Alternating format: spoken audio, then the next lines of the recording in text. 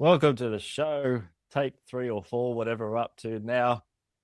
I am with extraordinaire Institute instructor, author, coach, and the people I love and respect, the person I love and respect deeply.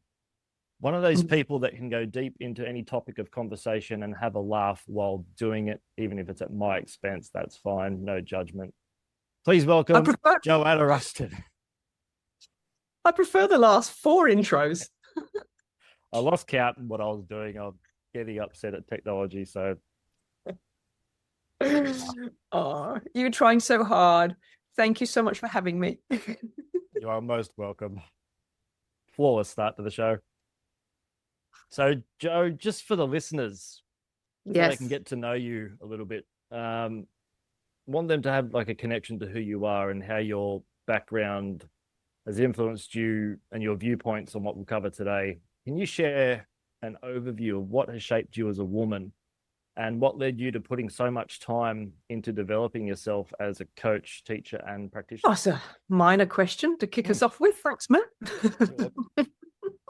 I did ask you if you wanted me to send these to you. You said no.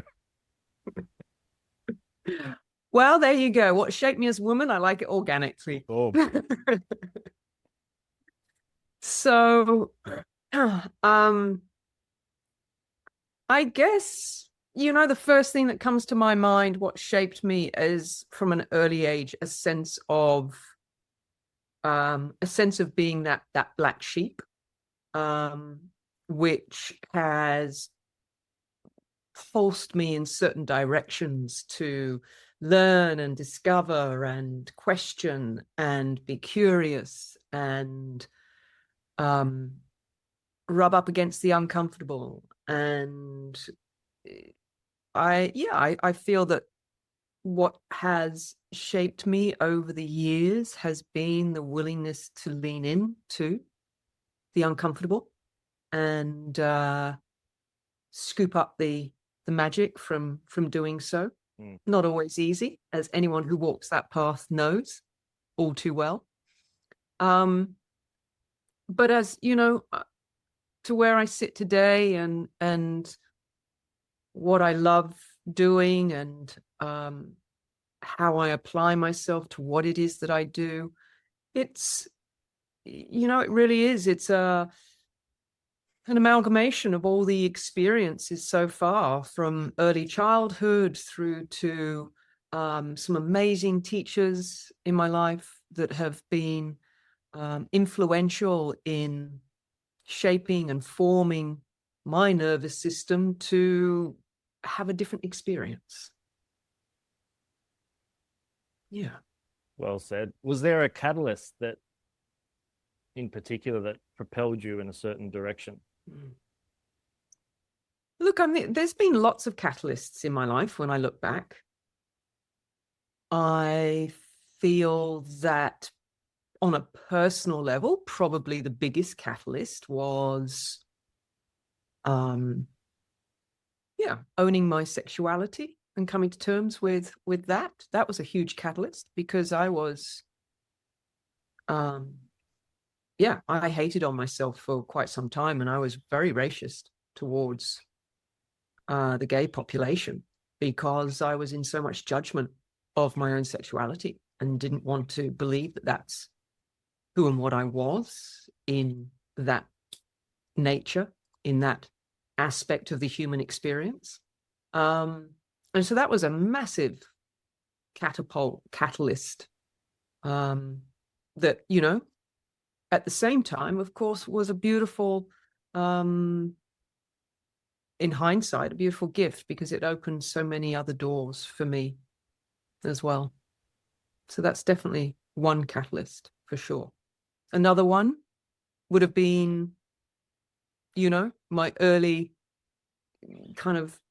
training days as a bodybuilder. And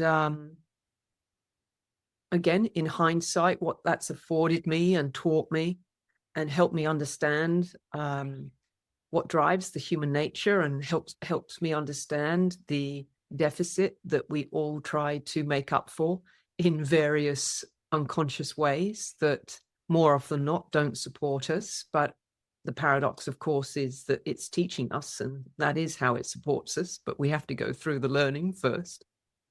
So, yeah. Incredible, some, you could say, pre-incarnative choices that we make. Yet the ego will take that as a victim, or it can propel us in such a different direction to what our soul's path is. Doesn't make a lot of egoic earthly sense that these might be set up pre-incarnation. But you're definitely one of those people that have taken that, and it's certainly aided you throughout life. And you are one of the CHEK Institute instructors. So how did you get into the CHEK system?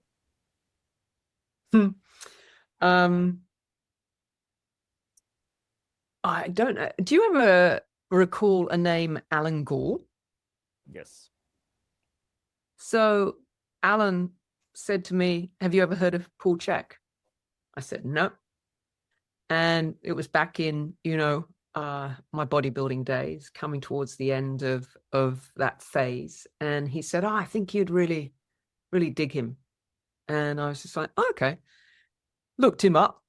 Lo and behold, he happened to have been coming to Australia quite soon, doing his, back then, his annual teaching routine across all countries. And so I booked in and I did his advanced Swiss ball training course. That was the first experience I'd ever had of the guy, other than, watching some recordings. And of course, his persona and his ability to hold a room and his level of knowledge and very captivating, great storyteller.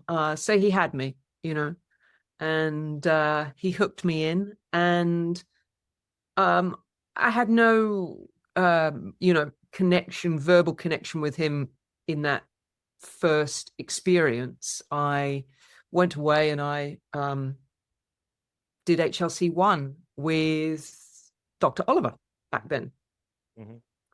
And then went and did what was exercise coach back in the day, and then went and did HLC 2, where I did meet Paul, obviously in person, being in his classroom, and things just carried on from there. I came back and did HLC 2 so many times. It took me so many times to understand the material, so many times to, again, in hindsight, that was my soul, kept bringing me back to what it was that I needed to hear, what it was that I needed to listen to, what it was that I needed to come into a deeper understanding about myself. And so thankfully there was enough of me that was listening, enough of my ego that was willing to listen, and follow that guidance. And so every year he was over, I just, pitch up again, HLC 2, HLC 3, and, repeated those courses a number of times. And then one day I was standing in Donald Carr's kitchen making lunch, and Paul walked up, stood next to me, and he said, so when are you going to start teaching for me? And I said, what? and he said, yeah, it's time. And I said, oh, don't know about that. And of course I went into my whole, I don't understand the science enough. That's not my thing. I'm not academic, I get the living philosophy of what you teach, but, you can leave all the academic science books at the door. And he said, good. He said, good. That's exactly what I want you to do. He said, if they want the science, they can pick up the book for that.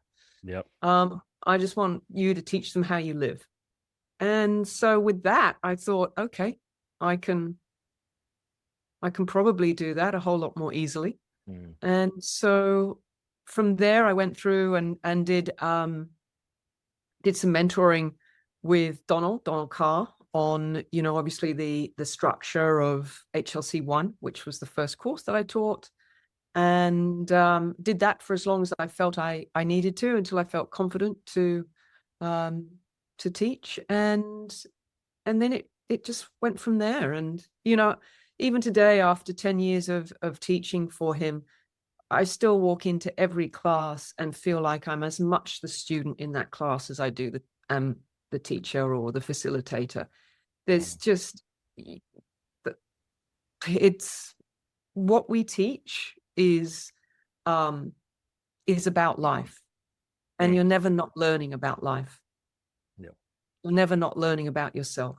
You're never not learning about your spirit. You're never not learning about how your light shows up and what it creates and what you experience as a result of that creation. And that, to me, is just such a wonderful experience, to then be part of a group that are all doing the same and invested in wanting to learn more about themselves and who they are, what they are, and what they're doing here. Yeah, it's funny when people go and do a course of, whatever it is, the information is often so contained, and it's just about that. And that's all you get. Go out and practice, or you've got your certificate, so well done. Now you're qualified to do that thing, or whatever that, however that story unfolds. But with the HLC, it's giving you the tools to live life. And you don't have to do it in a specific way. You can do it your way. And that's really what it's about. It's about finding, here's kind of the blocks of it. How are you going to do it? And what does that look like for you? Because we're all different. Yeah. We'll come here to experience different things. With that said, in the perfect world, I'd have all of my patients do HLC1 at minimum. Ideally HLC2 as well. But can you tell the listeners who aren't really familiar with the CHEK system what each of the HLC 1, 2, and 3 consist of? So HLC1 is, as you said, it's really the training wheels, everything that we need to know to create a healthier physiology, a healthier vehicle to experience life in and through. And so HLC1 is a deeper dive into Paul's 6 foundation principles: thoughts and attitude, breathing, hydration, nutrition, movement, sleep. And understanding each of those disciplines, each of them are a mastery in of themselves. And as you master each of those disciplines, you come into greater mastery over your own energy, over your own biological system. And of course, the more energy we have to maintain order and balance and harmony and vitality, then the healthier the consciousness within the being. And I think that that's really what level 1 is about, is to help you understand how healthy your consciousness is. From the standpoint of, number 1, do you understand what creates health? And, we have to have a healthy consciousness to understand that. And so that's level 1. It's about understanding each of those 6 principles and how to apply them in your life at a very practical level, understanding that some of them take more time than others. Obviously, working with the psyche is going to take longer to shift the belief systems, the consciousness that we often take action, make choices from. But in level 1, you have such a potent experience of how working with something as simple as the quality of the water you drink, or what's on the end of your fork, what it does to the physiology just to have a few decent night's sleep, at the right rhythm, for our hormonal system. And there's lots of things within HLC1 that you can practice and really get what I call instant wins on the board that support you to be curious from then. Like, wow, if I'm experiencing that in just a couple of weeks of doing this, then what else? And that, I think, is the power of HLC1, is that there's some great practical things that we can apply straight away, that really don't take a lot of time, energy, resources to have to make those changes. And yet the repercussions and what we can get as an adaptation of those changes are huge. So that's level one. And then level two is a building on level one. And that's something that's always reiterated to the students. It's not that level one is no longer relevant just because you're coming and you're at level two. Graduated. Yeah. Right. Level two is an integration of everything that you've learned at level one. In fact, you know, if you try and apply level two teachings or principles without having established level one principles, then, you know, you're going to collapse and the system will collapse as well. So level two is more of a journey into the psyche, how our non-physical self and how we relate to our non-physical self through our thoughts and our emotions and our beliefs, and how that part of us is constantly creating in the background, constantly informing the nervous system, informing our perceptions, our interpretations, our assumptions. And as a result, shaping the nervous system to respond to its moment-to-moment experience. And level two really helps us to understand how it is that the nervous system is responding to the psyche. And it helps us understand what's shaped the psyche to be and do and behave the way it does. And react.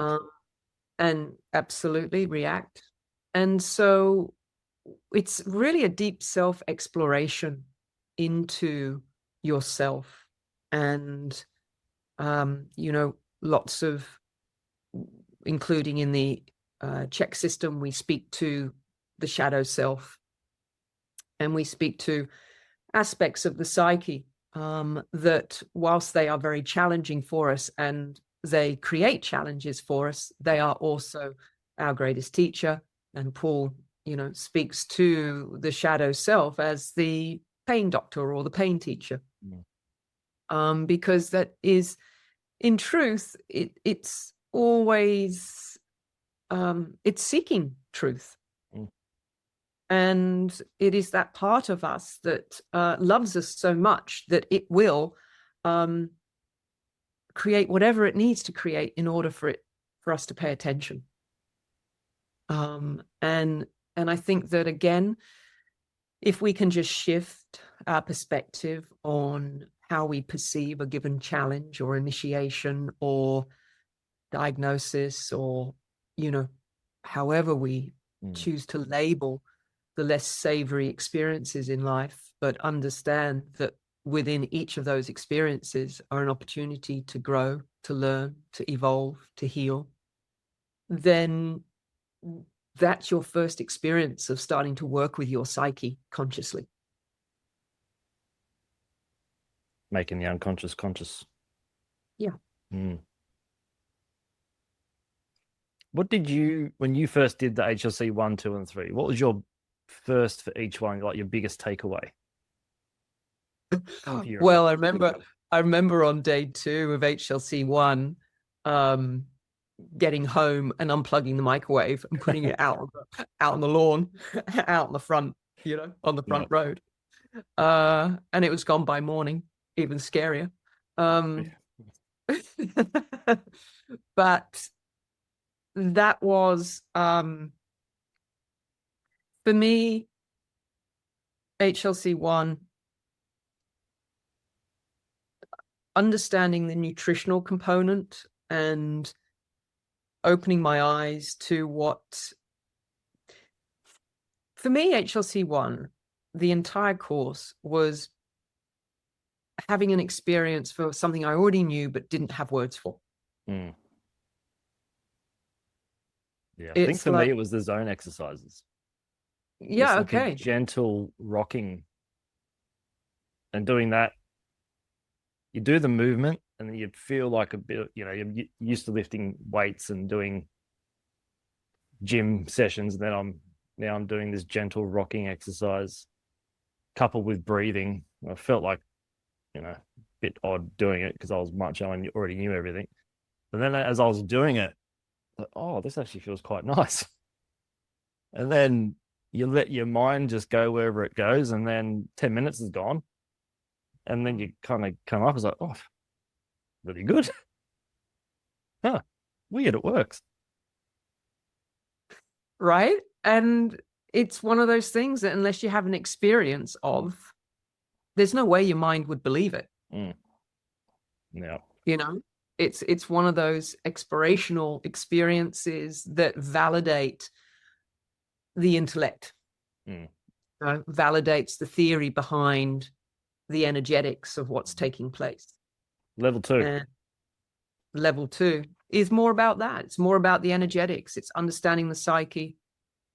As I said, it's understanding the programming of the psyche that drives us to make the choices that we make. It's really understanding the nature of trauma through external experiences, and the trauma being what happens inside of us as a result of that experience. And then, of course, understanding that, then we can evolve the consciousness to moving beyond the event.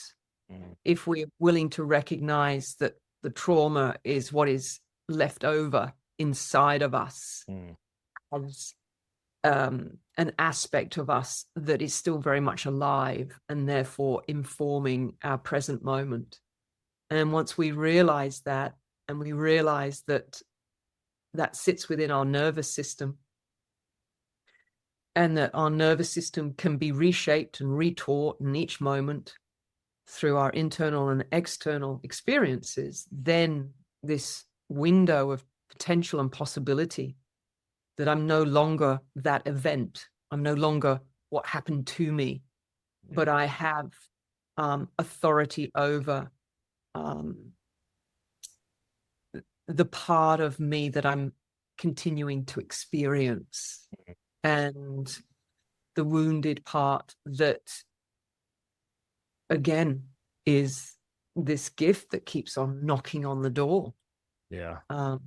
And when we learn how we can work with those parts of ourselves compassionately, consciously, and start to have be in relationship to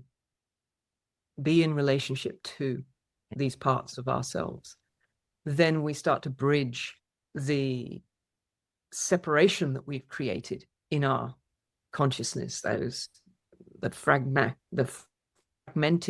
aspects of our consciousness that act themselves out with choices that create further separation in our life. Once we start to bring all those different pieces of ourselves together like a giant jigsaw puzzle, and we recognize that that puzzle can't be whole, even if it's got one piece missing, it still is not whole. And so for me, it was a real invitation to, well, let's look at these parts that are going to complete me. Yeah.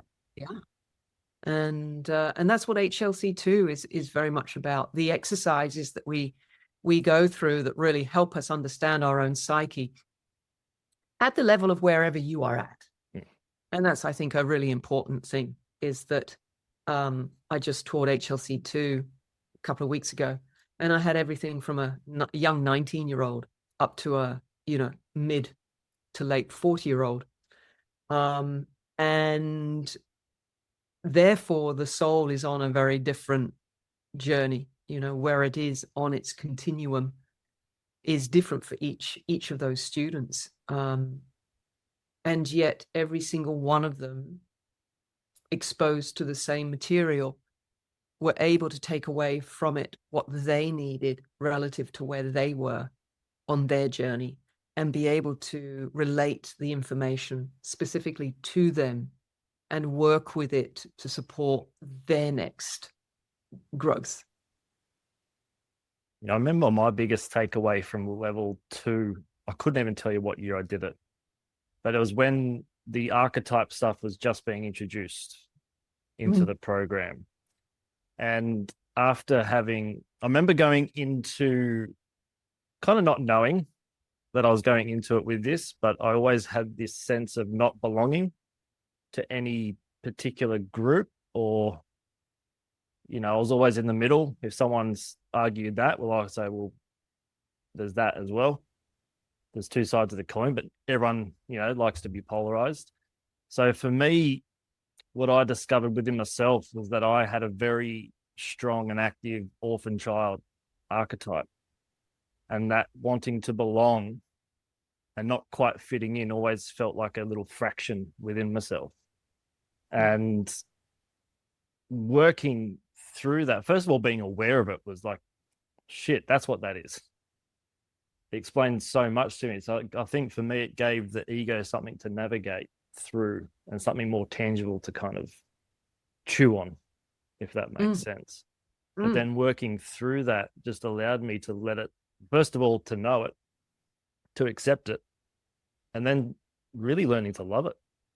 Because, how many people out there love themselves?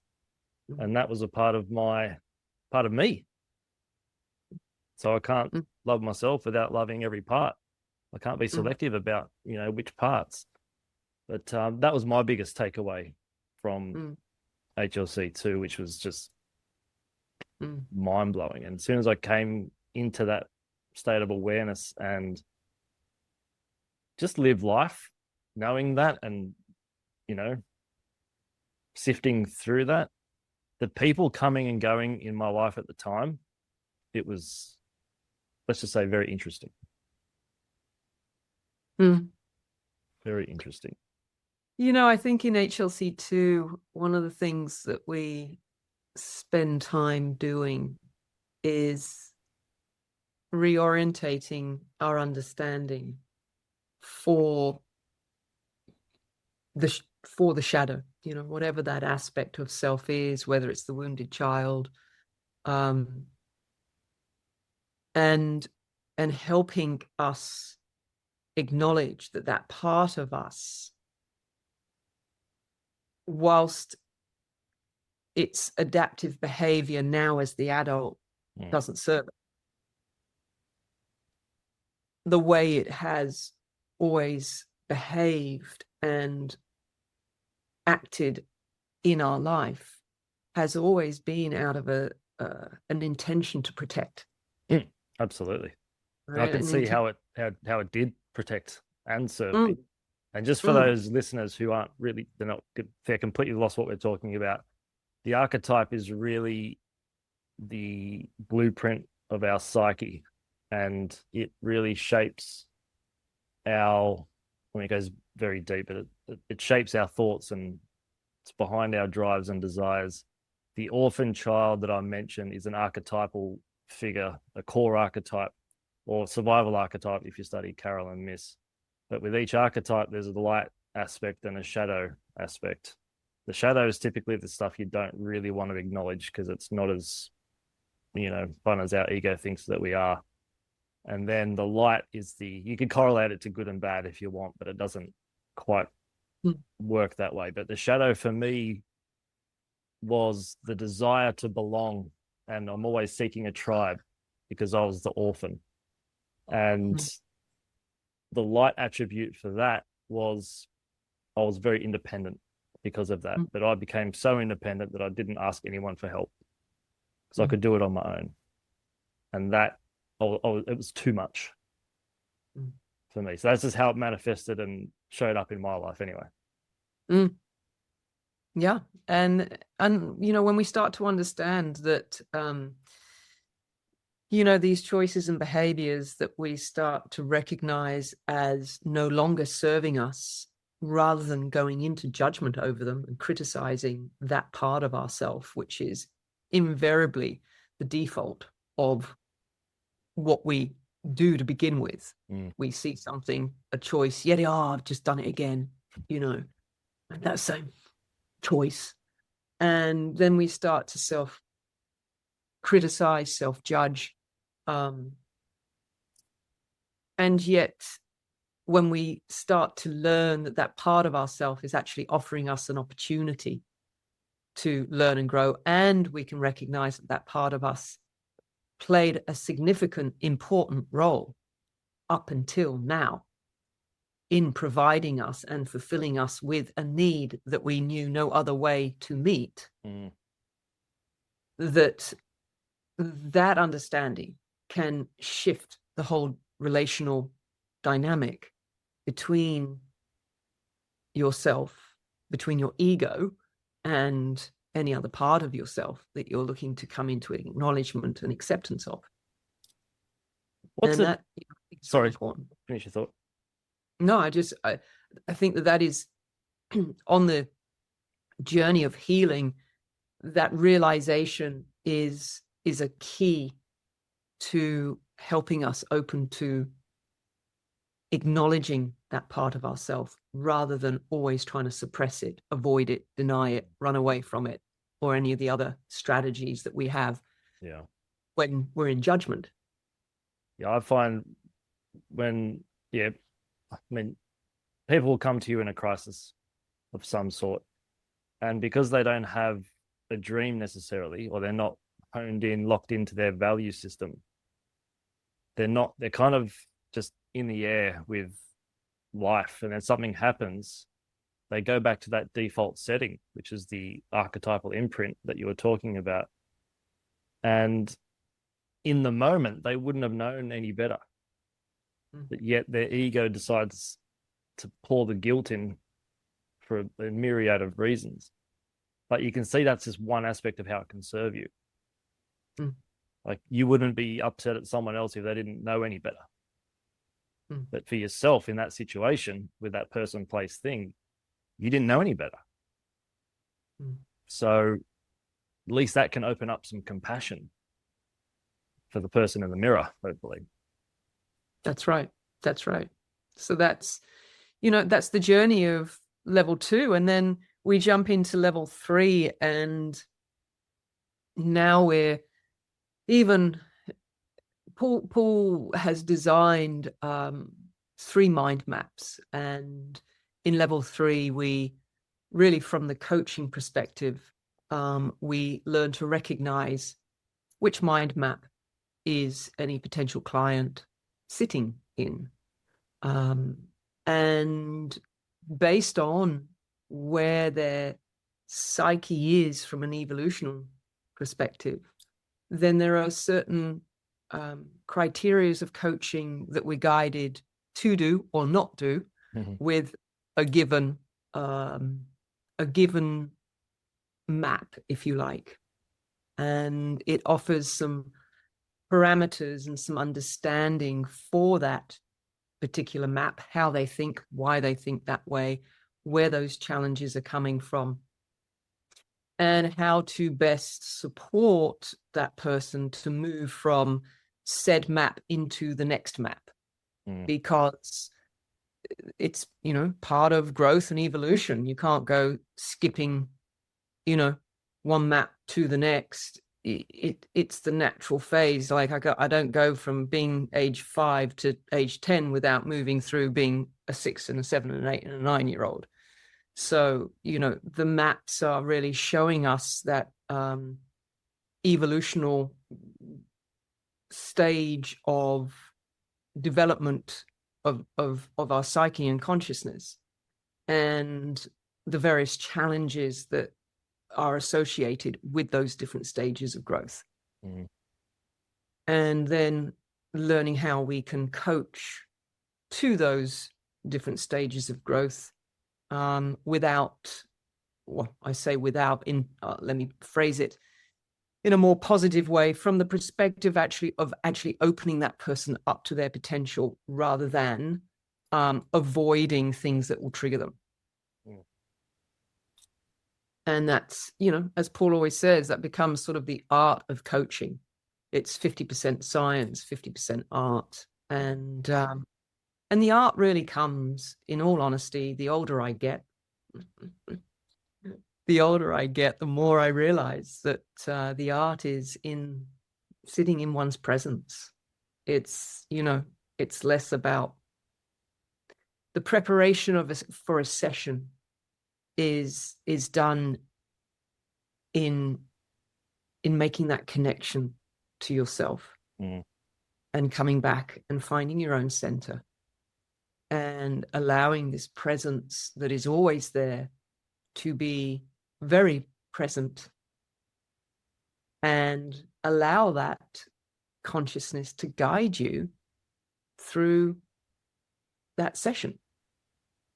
And the more you trust that part of yourself, Paul would call it your spirit, the more you trust your spirit to be present, to guide you, then I'm not saying that we don't prepare for these sessions with our clients, but there becomes so much more that is organically revealed when it's held by a consciousness that doesn't control and doesn't attach, and allows an unfolding that honors the moment, which it means it's connecting to the part of the psyche of the client that they don't even realize is needing to be connected with. And when that happens and you allow that, then what is to unfold in the next moment is always going to be in the highest potential without forcing or preempting. I mean, that's just holding space on many levels. It is. So, Miss Jo, you're also a coach. You mentor students as well. As a coach, what at the moment are you seeing, I guess, currently with clients and patients the most? I think probably because of my own interests and where they lie, what that, inspires me to want to learn more about. And then through the very law of resonance, I attract clients that align perfectly to what I'm, wanting to work with more. And that is more within the how the wounded child, how the unresolved trauma of the child, how it then manifests as the adult in various adaptive behaviors for the purpose of coping with themselves, with life, with society. I do a lot of work within that field, so much so that I actually I'm studying right now with Gabor Mate, which I'm just loving, just loving. I'm doing his practitioner course in compassionate inquiry, which is a process essentially that has that he's birthed through his own organic experience of working for 30 plus years in drug, alcohol situations.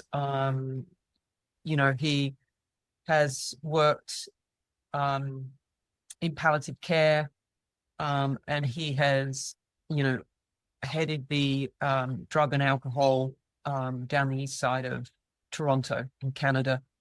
In Vancouver rather. And over his, 30 plus years as a physician working within that field, he began to see that as he listened to his clients more and more, he could start to see the manifestation of those traumas. And because he realized that, number one, his clientele they weren't in a position to go and afford therapy. And so he started to sit with them. He started to just spend more time out of his own pure curiosity and desire to want to help relieve in some way their suffering. And that took him on a path of, as he says in his training, he never he's very humble. He'll say, I don't really know what I do, I just do what I do. And it was a colleague of his who suggested that they took his process and formalized it into some structure of understanding how he takes somebody through what he calls, and has been, trademarked now, compassionate inquiry, which is a therapeutic modality that it speaks to an inquiry that follows many different qualities and stepping stones within that inquiry. And, to what I was speaking about before in terms of you, the therapist, the most important thing is where your center is as the therapist. And from that place, then you have stepping stones, and you have particular qualities that you are working with through this process that then becomes an incredibly powerful exploration of that person's trauma. And it's helping the individual come into, many things. But at the heart of it, it's helping them to come back into a connection with their inner child self, and the part of that consciousness that they are in the suffering of that aspect. They are relating to that part of themselves as separate, and will treat that part of self as separate in very hurtful ways. And through this process, you're achieving many things, but one of those things is, over time, a new way of relating. It's helping an individual understand through the adult, if you like, the adult self that holds a level of intellectual understandings, but at the same time helping that person make a connection to their gut instincts, their essential self that they've often suppressed as a child, out of no other option but to suppress those authentic needs for the mode of attachment that they need. It becomes one or the other. And, as a child, when you are completely helpless, then, you will, when there becomes a choice, can I express my authentic needs and that not jeopardize my attachment? But if I'm in a situation where to express my authentic needs is going to jeopardize that attachment, then I'm left with no choice but to suppress those authentic needs for maintaining that attachment to the parent for safety and security, to provide a sense of safety and security, which of course isn't always the reality either. But as a child, that's all we know. And so when we suppress that part of ourselves that is all about learning to have our needs met, and we're talking about essential needs of a human being here, and when they are suppressed, then we disconnect. As an adult, we disconnect from our gut feelings. And now, we find ourselves confused by our gut feelings. We find ourselves taking a read on a situation that we think is safe, but in actual fact, it's not, or vice versa.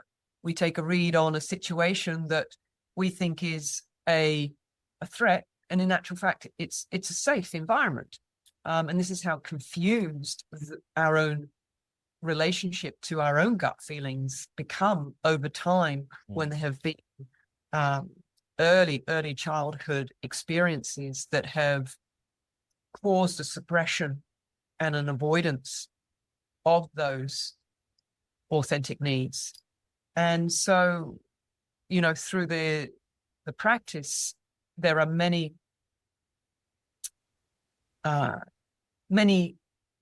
healing moments that are achieved through a number of different qualities and a number of different ways we go about that. And it's, it is the integration. Ultimately, it is the integration, because what prevents that healing is that the emotion has never been metabolized. And, you can have, a 60-year-old sitting there as their adult self with all the intellectual understanding for what they went through as a child, and their intellect understands why they would choose what they've chosen, etc., etc.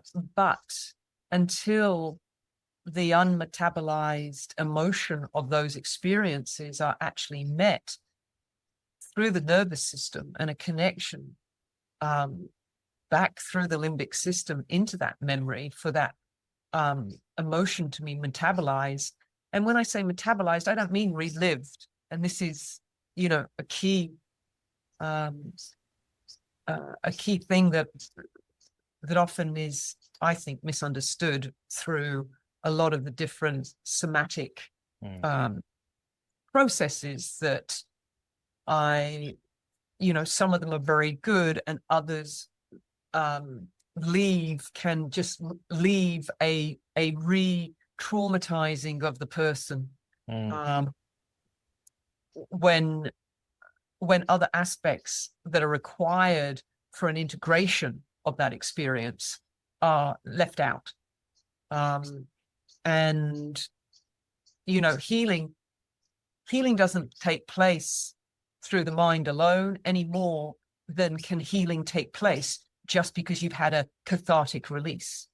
It is an integration of both aspects of the psyche, which allows the nervous system to reshape into a new state of consciousness, to have a new reality and a new perception of itself.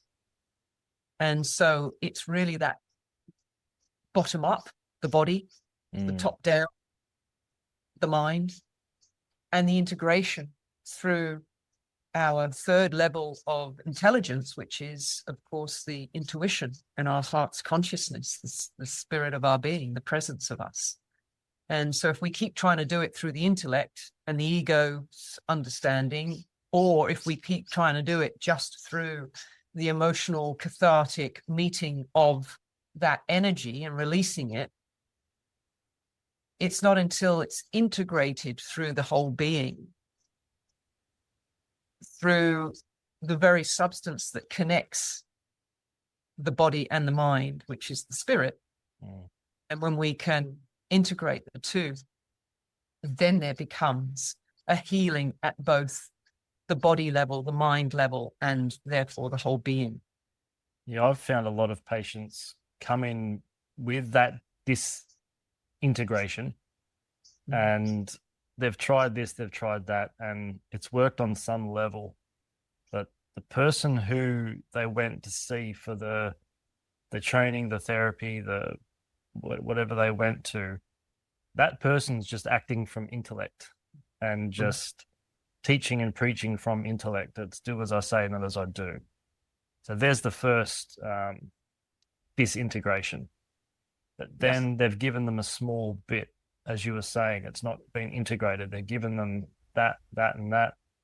And, there's a coach for everything today. So I think that integration is really, really important. And until that has been integrated, it's going to continue to run your life on some level until it's, as you said, it's been, well, integrated is the best word for it. Right? Joe, I had 9 questions for you. I'm up to question 3. Well, you could say you just talk too much, Joe. And no, I could do this. I could do this all day, and we've had some technical difficulties. It's true. I know we're running out of time. I don't want to keep you too much longer. You're also an author of an amazing book called Rocket Fuel on a Budget. Can you tell us just a little bit about that and how that actually came to be?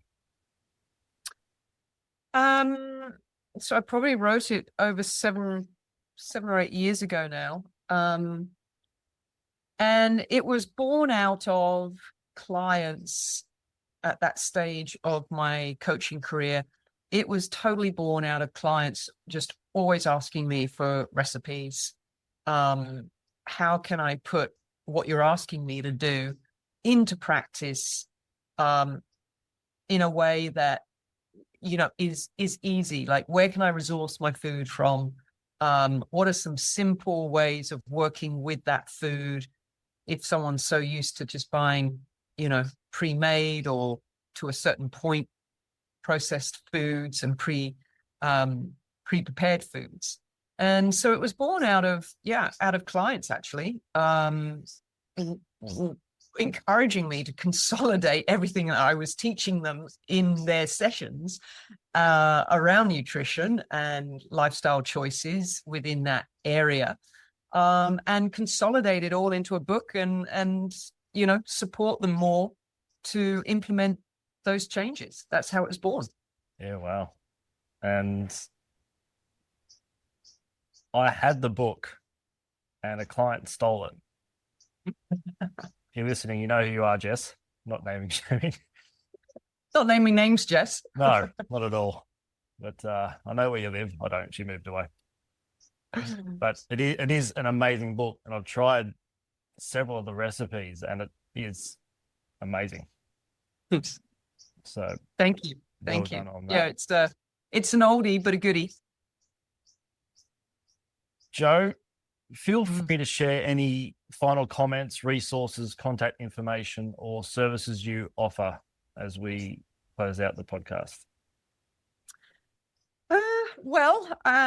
For those that sort of follow me, know that every year I teach a spiritual self-mastery course. That's ultimately a three-year course, but we just start off focusing on just the first year. It's called Path of Light. It's an embodied, channeled piece of work that is incredibly transformative. It's, how would I describe it? It's working with high frequency consciousness, where we receive activations each week through the teachings that really work through your subconscious, your unconscious, all the way into the cellular structure of your DNA. And as we work through the year, we work through 33 lessons. The first year is all about Path of Light. So it's all about masculine consciousness. And it's really helping individuals come into mastery over their masculine consciousness, which of course is all about our ability to make a choice, take action in our life, and how it is that we are creating in our life, and to learn to become more conscious creators. So that kicks off February next year. If, anybody feels ready to dive more deeply into understanding themselves, their ego, their consciousness, how the universe actually works at the level of consciousness, then you might find that there's some resonance there. So that's sort of on a more of a school group level. And then anyone who wants to connect with me can do so over my Instagram or my website, simply joannarushton.com. If they want to find me, I know they will at the end of the day. Yeah. I will put links up. I'll figure out how to put links up anyway. They figured out how to work Zoom. Oh, well, we've had some issues, technically speaking, but thank you, Jo, for helping me get this up. You're going to have to explain that to your audience now. Oh, I told him to put it down, but it was Matt who wanted to put it up. I said, keep your hands on the table. My hands are on the table. I love you, buddy. Thank you. Jo, I love you. You are one of my favorites. Don't ever change, and I will speak to you soon. Lots of love to you, sweetheart. Big hug. Bye-bye. You've been listening to the Body's Compass podcast with Matt Sorensen and today's guest, Jo Rushton. If you want to find out more, give us a follow on Instagram at The Body's Compass or swing by healhub.net. Thanks for tuning in. Catch you next time.